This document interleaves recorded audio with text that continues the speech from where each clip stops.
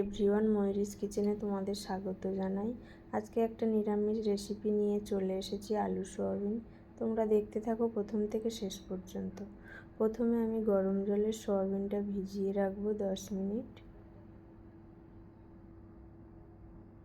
তারপর সোয়াবিনটাকে পরিষ্কার জলে দুবার ধুয়ে নেব, নিয়ে হাত দিয়ে চেপে জল ঝরিয়ে নেব। আমি আমার প্রয়োজন মতন সয়াবিন নিয়েছি, আলু কেটে নিয়েছি। তোমরা তোমাদের প্রয়োজন মতন নেবে বন্ধুরা।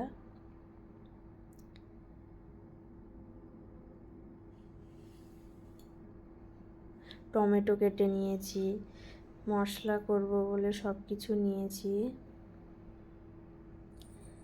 তারপর গ্যাসের উনুনে একটা কড়াই বসিয়ে কড়াইটা গরম হয়ে গেলে তেল দেব, দিয়ে সয়াবিনটা ভেজে নেব। সয়াবিনে আমি নুন হলুদ দিয়ে ভেজে নেব।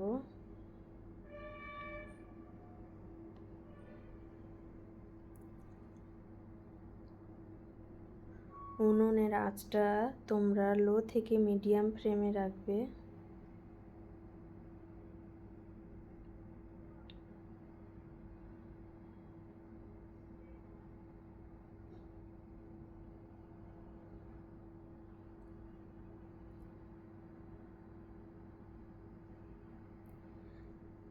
দেখো আমার সয়াবিনটা ভাজা হয়ে গেছে, এবার আমি তুলে নেব।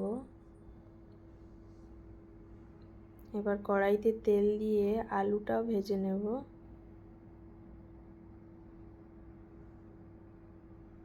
আলুতেও একটু নুন হলুদ ছড়িয়ে দেব।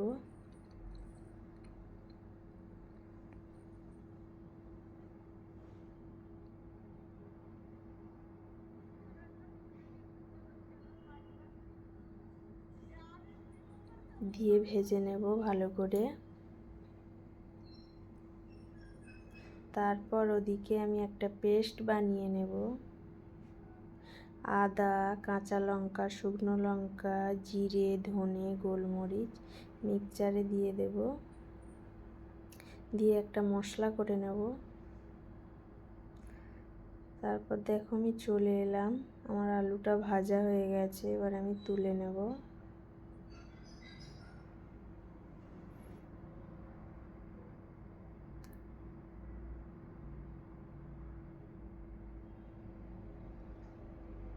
কড়াইতে একটু তেল দেব,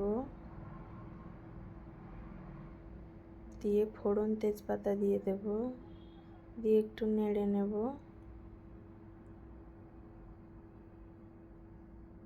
দিয়ে টমেটো কুচিটা দিয়ে দেব। টমেটোটা একটু ভেজে নেব, ভেজে নিয়ে একটু লবণ ছড়িয়ে দেব।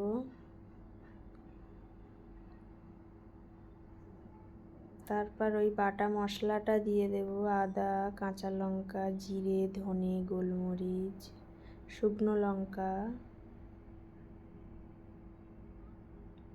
তোমরা উনুনের আঁচটা সবসময় লো থেকে মিডিয়াম ফ্লেমে রাখবে। দেখো মশলাটা দিয়ে একটু ভেজে নেব। তারপর একটু হলদি দেব। মশলাতে আমি একটু জল অ্যাড করব, করে মশলাটা ভালো করে কষিয়ে নেব।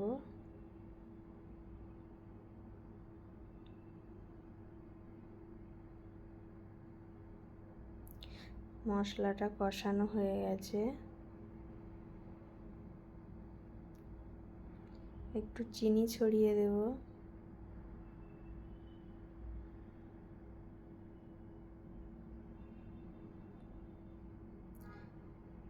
তারপর আমি ভেজে রাখা আলু সোয়াবিনটা দিয়ে দেব।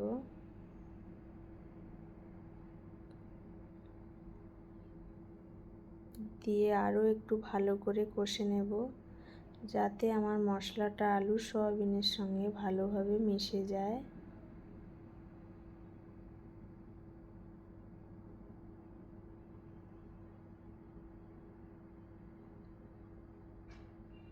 আমার সবজিটা কষানো হয়ে গেছে, এবার আমি জল অ্যাড করব।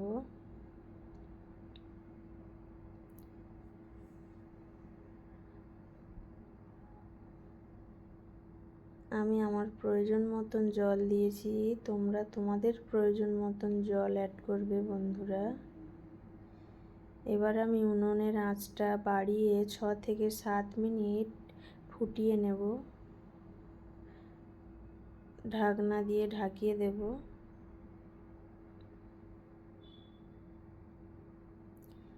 দেখো আমার ঝোলটা ফুটে গেছে, কিন্তু এখনো আমার আলু সেদ্ধ হয়নি, তাই আমি আরও 2 মিনিট একটু ফুটিয়ে নেব।